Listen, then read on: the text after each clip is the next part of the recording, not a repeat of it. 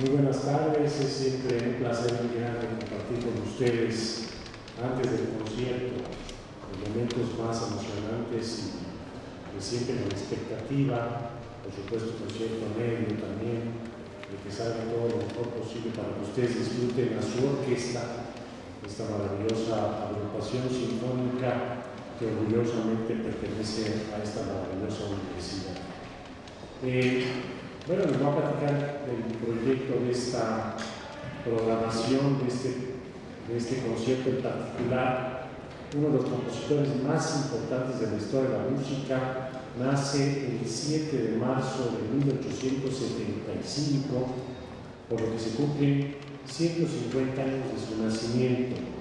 Fallece en 1937. Y es curioso cómo este año, 1875, es uno de los años más relevantes en la historia de la música.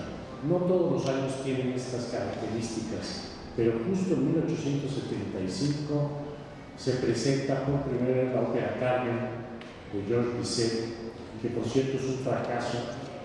Es un fracaso sobre todo porque se presenta en la Ópera de París, y en esa época los estándares de las óperas y de las representaciones escénicas tenían una etiqueta moral, vamos a decir, muy estricta, y la figura de Carmen, una mujer totalmente pues muy abierta, muy coqueta, causó mucha controversia. Entonces, no es tanto el hecho de la ópera en sí, sino este personaje en el entorno del París de 1875. Justo este fracaso, entre comillas, algunos historiadores consideran que afectó mucho al compositor, y ese mismo año fallece Georges Bizet. Si hubiera sabido este maravilloso compositor que la ópera que compuso se volvió probablemente la más famosa de la historia, son esas ironías de la historia de la música, pero fallece Georges Bizet, compositor francés, y nace Maurice Ravel. Son coincidencias muy curiosas, y como repito, un año especialmente importante en este sentido. Por eso valía la pena hacer un homenaje, pero en esta ocasión todo el programa de Ravel. No siempre lo hemos hecho así, hemos hecho otros homenajes que la mitad del programa está dedicado a un compositor y lo completamos, por ejemplo, con música mexicana. En el caso de Maurice Ravel, tiene tanta música que podríamos hacer varios conciertos dedicados a él. Me atrevo a decir que el compositor más importante del impresionismo, por supuesto también Debussy, pero Ravel quizá trascendió más la influencia que tuvo sobre otros compositores, muy notorio, por ejemplo Manuel de Falla, que estudia con Ravel y que a su vez Manuel de Falla pasa los conocimientos a Rodolfo Halffter emigra a México, y en México pasa estos conocimientos de Ravel, vamos a decirlo nada más de Falla, a los nacionalistas. Otro ejemplo importantísimo de la influencia de Ravel es Igor Stravinsky. Van a notar como estas cadencias de los clarinetes en la Rapsodia española, que digamos cobran vida, por decirlo de alguna manera, separado del resto de la orquesta. Y si observan Petrushka, años después, el expresionismo, cómo es muy cuadrada la música de Petrushka, y de repente aparece como este personaje que por supuesto no tiene vida, cobra vida. Todo esto viene mucho de la influencia de Ravel.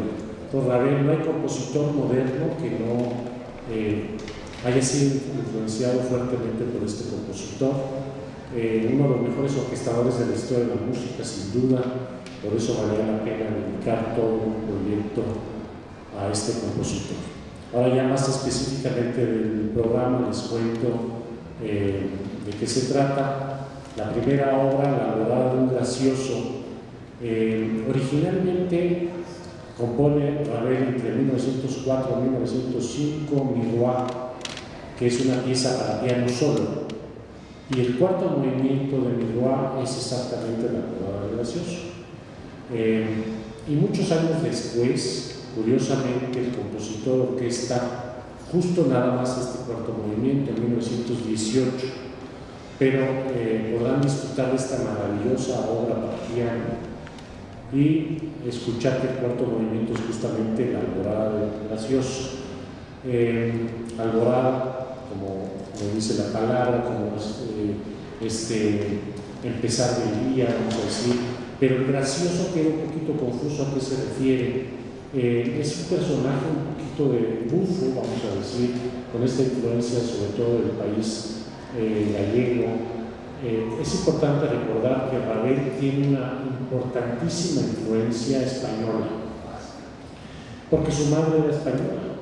Entonces, gracias a esto, él tuvo muchos viajes a España y tuvo una fuerte influencia por este país y fue inspiración importantísima para el compositor de la música española.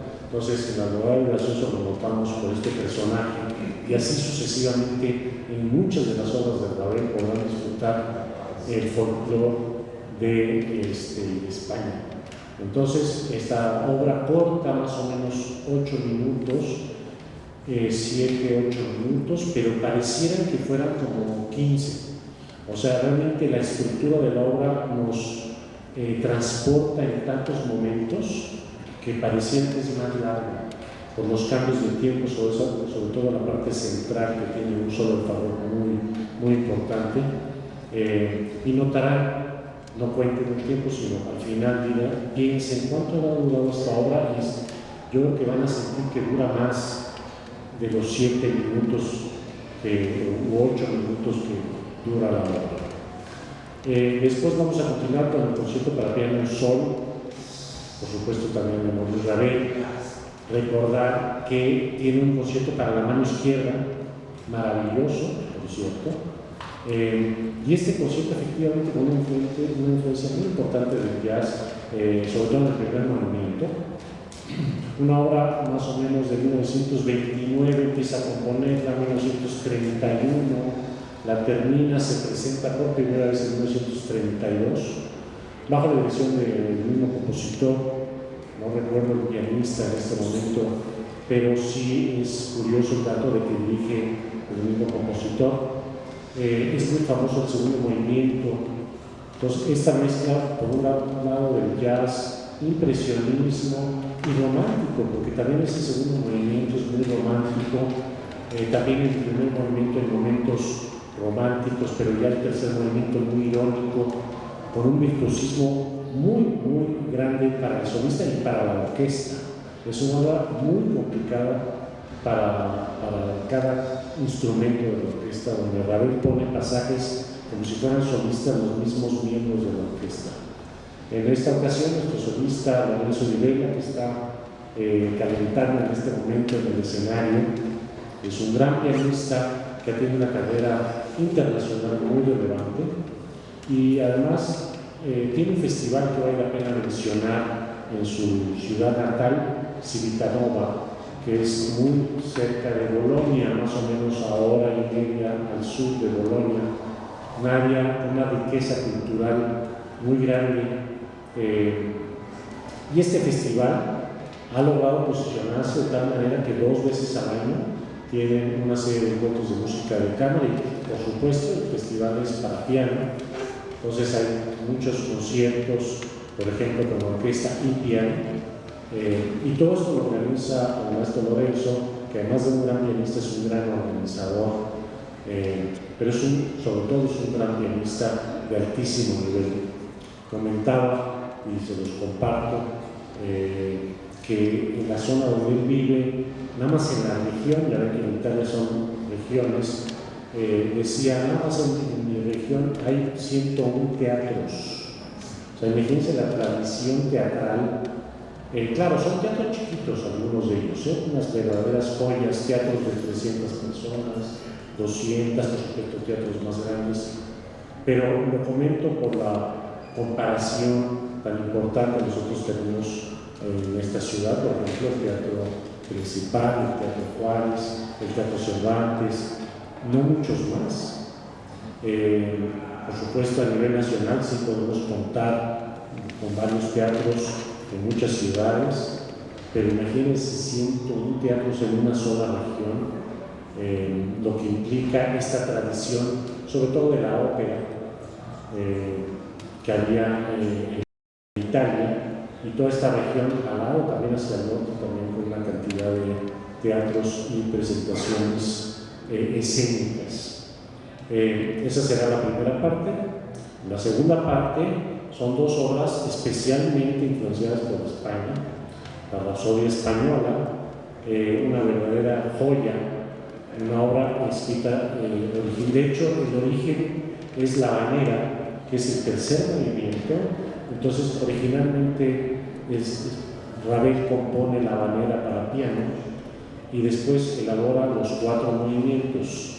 El amanecer, que es el primer movimiento, la malagueña, el segundo movimiento, la habanera y el último movimiento, que es la feria. Es una obra de 1908 con una orquestación verdaderamente impresionante. Van a poder disfrutar mucho de la celesta, de las arpas, lo que mencionaba hace un momento, 2 cadencias muy importantes en el primer movimiento de los clarinetes, pero repito, como si estuvieran separadas de la orquesta, y luego esta idea es la que utiliza Stravinsky después en varias de sus obras. Esa cadencia luego se repite pocos compases después con los fagots, pero es el mismo concepto. Los armónicos, los famosos armónicos en la cuerda, que le dan un color muy particular. Una obra muy brillante, sobre todo el último movimiento, que es nuevamente muy complicado para la orquesta, muy virtuoso, con muchísimas dificultades técnicas para todos los instrumentos, con muchas notas muy rápidas, que es lo que empezó a hacer Ravel, a poner notas con mucha velocidad. En este caso deben ser muy claras, pero después, por ejemplo, en una de sus obras, quizás su obra maestra, el ballet Daphne Saint-Cloud, hay una cantidad de notas que ya son tantas que en realidad ya no se entiende si el compositor las quería exactamente todas o es una especie de color. Son tan rápidas las notas que prácticamente imposible de tocar, como si fueran rítmicamente todas. En la Rapsodia Española no sucede esto, pero sí empieza a haber glissando muy libres, con muchos colores. Así que, bueno, una de las obras más hermosas del compositor. Y bueno, hacer un homenaje a este compositor y no cerrar el programa con el famosísimo bolero, pues sería difícil. Es como si hacemos un concierto de música mexicana y no tocamos el guapango. Y en fin, hay muchas historias, muchas anécdotas. Yo quisiera compartirles una que no se sabe si es verdad o no, pero existe el mito, la historia de que está Ravel en España. No había compuesto todavía el bolero, y una gitana se le acerca y le dice: tú vas a componer una obra basada en España que te va a volver famosísima. Y fue el bolero. ¿Será verdad o no? O a lo mejor le dio la idea, no lo sabemos. Lo que es un hecho es que en 1928 el compositor hace esta obra maestra dedicada a la bailarina Ida Rubinstein. Se presenta de hecho como el baile de ella. Pero bueno, lo más extraordinario de esta obra es cómo se van repitiendo los patrones tantas veces, y cada una es distinta. Siempre hay un patrón rítmico que lo van a reconocer inmediatamente, de 2 compases, pero en realidad es una frase de 4 compases.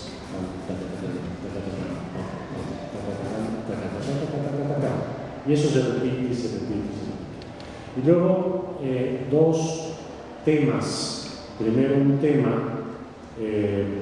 con 2 estructuras, que empieza la flauta sola, nada más con el acompañamiento del tambor, las violas, los violonchelos,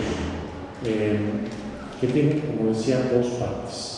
Una primera parte y luego una segunda parte, pero que pertenece, digamos, a la primera, vamos a llamarle A, tema A. Y luego viene un tema B, que lo inicia el fagot, y después lo repite el fagot, que también tiene la misma estructura, dos partes, y luego lo repite el clarinete de quinto.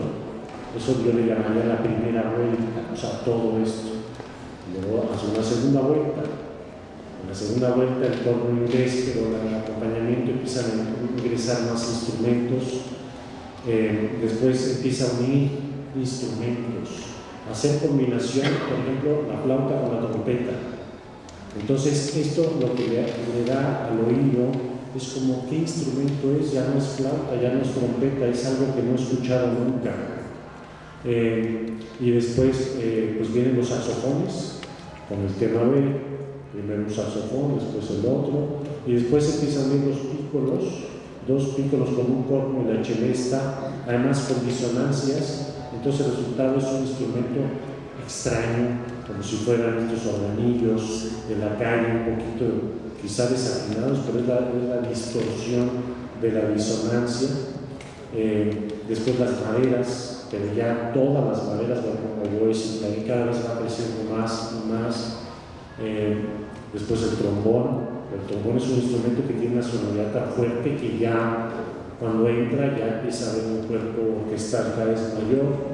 Después todas las maderas con la trompeta mezcladas y así sucesivamente hasta que entran los violines. Por fin siempre tocan todas las melodías, pues en esta ocasión hay que esperar a que entren con la melodía. Después entran los segundos que se unen, van entrando más instrumentos, las violas, los violonchelos. Después ya no es un solo tambor, ahora son dos tambores, hasta que está toda la orquesta y uno dice, bueno, ¿cuándo va a acabar? O sea, ¿cómo acabar esto? Esto es lo más impresionante. El ingenio del compositor, de cómo después de estar en esta especie de meditación, porque es lo que es un ejercicio de meditación muy, muy importante, de concentración absoluta para todos los músicos. ¿Cómo terminar? Bueno, ya lo van a escuchar, ya lo conocen, cómo cambia de repente la armonía y le da todavía más poderío y dice, bueno, es posible que la orquesta siga sonando más y más y más. Pues sí, todavía tiene para más, hasta que, bueno, ya al final es completamente apoteótico en la parte de la orquestación. Cualquier compositor, cualquier músico, pero sobre todo compositores, conocen el bolero, deben estudiarlo porque es una joya de orquestación, una obra maestra del color, del impresionismo y el mejor ejemplo del compositor, que por cierto decían otros, no sé si sea verdad o no, que el mismo Ravel decía, ojalá que no me recuerden por el bolero. Yo creo que más bien ya el bolero ya tenía demasiada fama y decía, quería que conocieran sus otras obras, pero en fin, esas anécdotas no se sabe bien si son ciertas o no. Hay hechos que sí son más comprobables o no, hay otros que no. Estas pequeñas anécdotas que les comparto, pero que por lo menos son divertidas y nos hacen más ameno el concierto. Dado que no está el pianista acompañándonos en esta ocasión, pues creo que es una buena oportunidad para aprovechar, para platicar con ustedes, por si tienen preguntas, comentarios. Tampoco tienen que ser preguntas, si quieren comentar algo o preguntar con confianza lo que gusten, por favor. Maestro Leonardo, ¿cómo fue recibido el bolero en los primeros conciertos? Si tiene que decir que nos pueda ilustrar sobre el particular. Muy buena pregunta, con éxito. Es curioso cómo hay obras que al principio causan controversia, no gustan. Ya comenté la obra de Carmen, por ejemplo, y algunas otras obras que al principio no fueron bien apreciadas. El bolero sí tuvo inmediatamente un éxito importante. Por ejemplo, les voy a poner un ejemplo de una obra que no gustó mucho, no causó ningún impacto, en La Nube Azul, en la versión del coro masculino. Originalmente es para orquesta y coro masculino, no trascendió pero después Strauss hace un arreglo para orquesta sola y lo presenta en la Expo de Francia, y segundo el vals más famoso de la historia. Entonces, en el caso del bolero Sigur estos dos franceses influenciados, españolizados hasta el tuétano, estos dos franceses, el que muere en 75 y el que nace en 75, españolizados hasta el tuétano, ¿no? Digo, yo soy muy respetuoso, ¿no? Mauricito y Jorgito. Digo, porque yo también soy compositor aquí. Y Mauricito y Jorgito, de veras, son mi adoración. No, y las dos obras maestras de los dos, sí, el bolero y Carmen, pues totalmente españoles, ¿no? De Carmen en Sevilla. Una más abusando. De las melodías de Carmen, de las todas preciosas, ¿cuál es la que más le gusta a usted? De las melodías preciosas, todas de Carmen, de Jorgito. Una ópera en 4 actos con tanta. Bueno, desde luego el torero es muy emocionante, ¿no? Todas estas entradas del torero con este ritmo tan fuerte nuevamente con la influencia española, por ejemplo, me parece hermosísimo, pero bueno, por supuesto, el final es el drama cuando José mata a Carmen, los celos, es realmente impresionante, ¿no? La música, el inicio, además nos hizo el favor el compositor de hacer 2 suites, entonces tenemos la oportunidad, es muy conocida la música, es muy fácil atraparse con la música, y luego bueno, con el drama, sin duda no se cautiva mucho. Entonces es curioso como 2 compositores franceses, sus obras más importantes, tuvieron una fuerte influencia española. A lo mejor a los franceses no les va a gustar mucho, que decían que África empieza a partir de los Pirineos, ya ven que siempre se menospreció un poco a España, y sin embargo la tradición musical fue muy importante.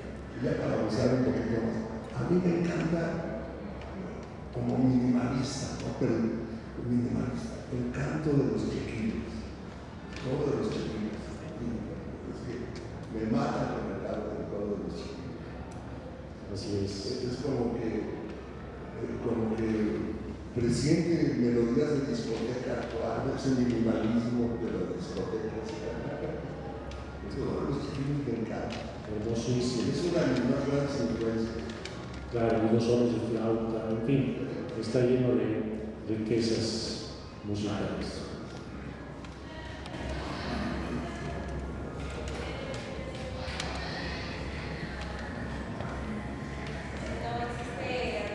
¿No se anima nadie más?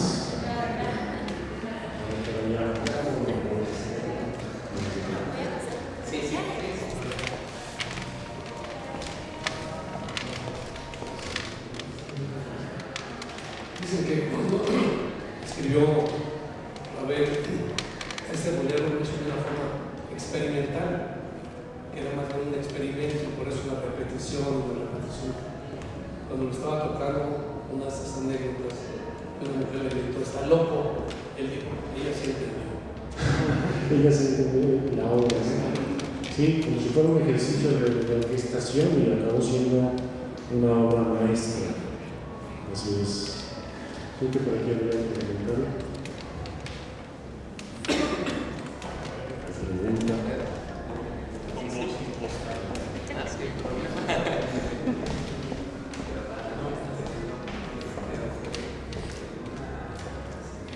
Buenas noches. Pues sí, más que nada la pregunta es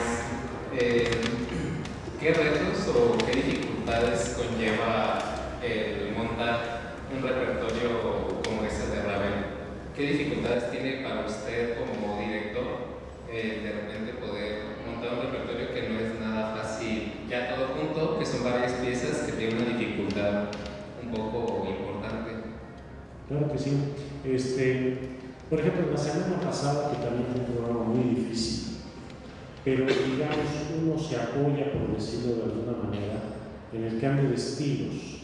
Empezar con Brahms, por ejemplo, que no es nada fácil, por supuesto que no, pero es otro tipo de dificultad, es una estructura más clásica,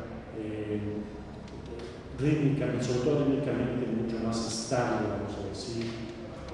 Entonces, eso ayuda a compensar, además, acompañando a un solista, un violinista.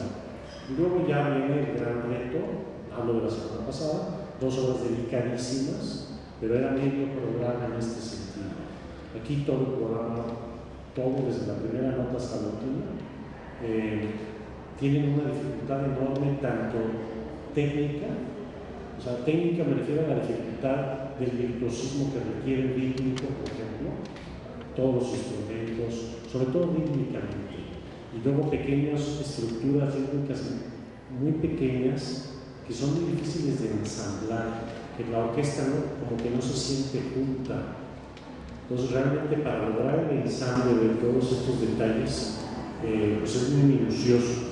También requiere de un trabajo como es música muy rápida, de mucha velocidad. Van a ver por ejemplo el último movimiento del concierto para piano es rapidísimo, además el maestro lo toca muy rápido. Entonces, ¿cómo se aprende uno la música rápida?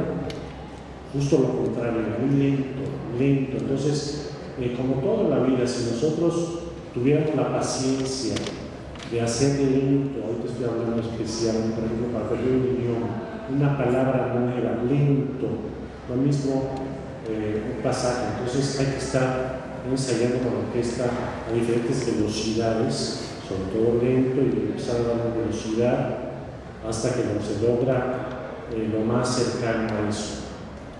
Y otra dificultad, bueno, en la Rapsodia española está lleno de una palabra muy usada en la música que es rubato, que es como libre un poco.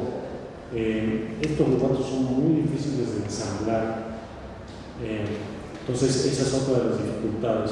Y por último el bolero, repito, es un verdadero ejercicio de meditación y un nervio muy grande para ellos y para mí por supuesto, pero para los solistas, cuando ya les va a tocar el turno de hacer el famoso solo que todo el mundo conoce, a ver, ese nervio que es un reto muy grande, pero es una obra que además de ser una obra maestra es muy buena para mantener en forma la orquesta, retarla, porque todos estos maestros que van a tener su solo van a ser solistas durante estos compases suficientes para que los escuche hasta el último persona del teatro. Entonces, esos son los retos de este tema.